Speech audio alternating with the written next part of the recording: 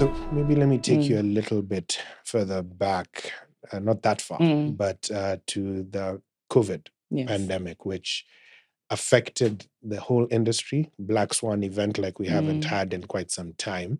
But I think it affected operators a lot worse than it affected any people. Could you talk us through what that was like for you as the advocacy group, and even from a funding perspective? Because it can be hard when people are struggling to stay alive to say, hey, guys, could you give us some more money as well? Yeah. Yeah. No, of course, it was very hard. As you said, I think operators had to ground the operations almost immediately overnight. Yeah. So we also had to understand that our membership cannot continue to pay and fund the association as is required. So, of course, we had to go lean from a secretariat perspective, but that didn't stop us from still advocating for the day-to-days. You know, there was a lot to do in terms of speaking to the regulator in terms of protocols to be observed abroad. So we continued just with a leaner team. And the beauty about the membership is as soon as a lot of them were out of that bubble and huddle, many of them still came back to the table ready to support our cause. So that's a good thing. Yes. And this actually ties into my next question. Is there any conversation that's taking place about how to weather the storm when you come to a similar Black Swan event? Because they don't happen often, but they do happen. And one of the things that I've experienced in our industry, especially at an operator level, is it's very hard to get operators to think beyond a certain horizon, because there's so much that's going on day to day. Your operations are such a big driver.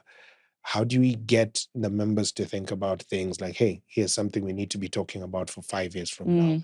And how do you get them, if you get them, to have a conversation to, is there some way that we can set ourselves up such that we're better able to weather such a storm if it comes in the future?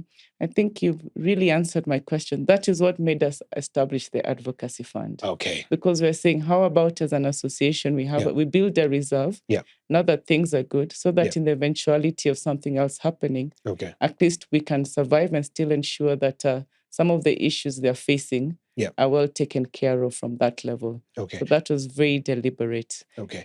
So that's from the association's perspective. Yes. Are the airlines having a conversation within this space of doing something similar for themselves? I'll be very honest, I don't think so. And I think maybe this, for me, I'm taking notes. Perhaps I think you're warning me, maybe COVID 2.0 is on the way. Well, perhaps I'm not giving any warnings. It's something we need to start thinking about. Absolutely right. Like what can the airlines do to be better prepared, other than the protocols I know they're used to? But I guess in terms of financials. Correct. It's exactly that, because the industry globally and historically has been very cyclic. And right now, broadly speaking, we're on an upward trend. You know, we're moving towards a peak. I'm making no projections or predictions of when it will come, but I expect that there will be a trough. Historically, I think African airlines have struggled in those dips, perhaps a bit more than their counterparts in other places.